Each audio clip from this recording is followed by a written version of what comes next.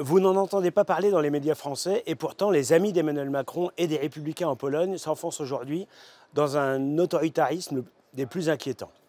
Souvenez-vous, parce que le gouvernement polonais de l'époque luttait contre l'immigration de masse, contre l'idéologie du genre, la Commission de Bruxelles et nos médias ont joué pendant des années la comédie en pleurnichant à propos d'imaginaires atteintes à l'état de droit.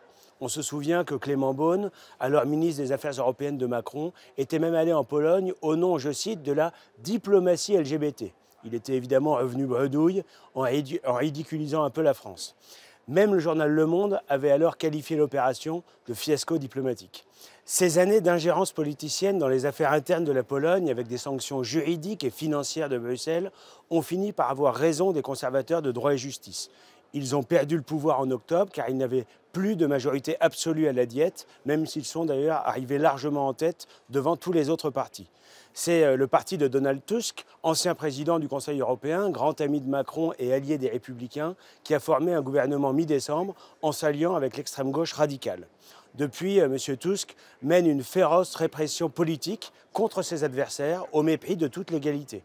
Le 21 décembre, M. Tusk ordonnait une purge massive dans l'audiovisuel public. Sans décision de justice, à la suite d'une simple résolution votée à la Diète de Pologne, il a envoyé la police dans les bureaux de la télévision publique pour en dégager manu militari tous les cadres dirigeants qui étaient connus ou réputés pour leur conservatisme.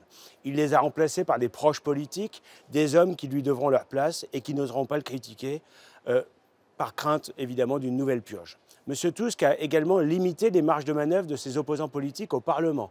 En parallèle, il a nommé plusieurs proches au Conseil national de la justice. Enfin, le 9 janvier, la police a forcé les portes du palais présidentiel où s'étaient réfugiés 2 députés conservateurs, anciens ministres. Leur mandat de député a été annulé à la suite d'une condamnation pour des faits vieux de 17 ans et qui avaient été amnistiés entre-temps.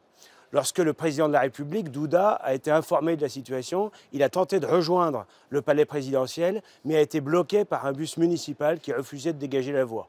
Un journaliste de la principale télévision de gauche, TVN, se trouvait évidemment par hasard dans ce bus et a fortuitement documenté la scène. M. Duda est désormais lui-même menacé d'être traduit en justice pour recel de malfaiteurs. Que dit Emmanuel Macron ? Que fait Ursula von der Leyen face à ses abus de pouvoir et à ses menaces? Beaucoup plus concrètes et inquiétantes que tout ce qu'on a vu sous le gouvernement conservateur précédent. Absolument rien. En tant que député européen, je viens de co-signer avec Marion Maréchal une lettre ouverte à Mme von der Leyen.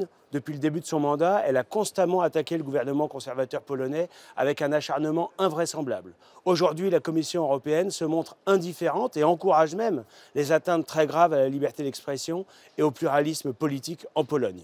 Son inaction, sa passive complicité devant ces agissements montre par ce 2 poids 2 mesures, s'il en fallait encore la preuve, que la Commission von der Leyen a utilisé son pouvoir pour nuire à des gouvernements conservateurs, pour faire plier des peuples fiers de leur indépendance et de leur identité.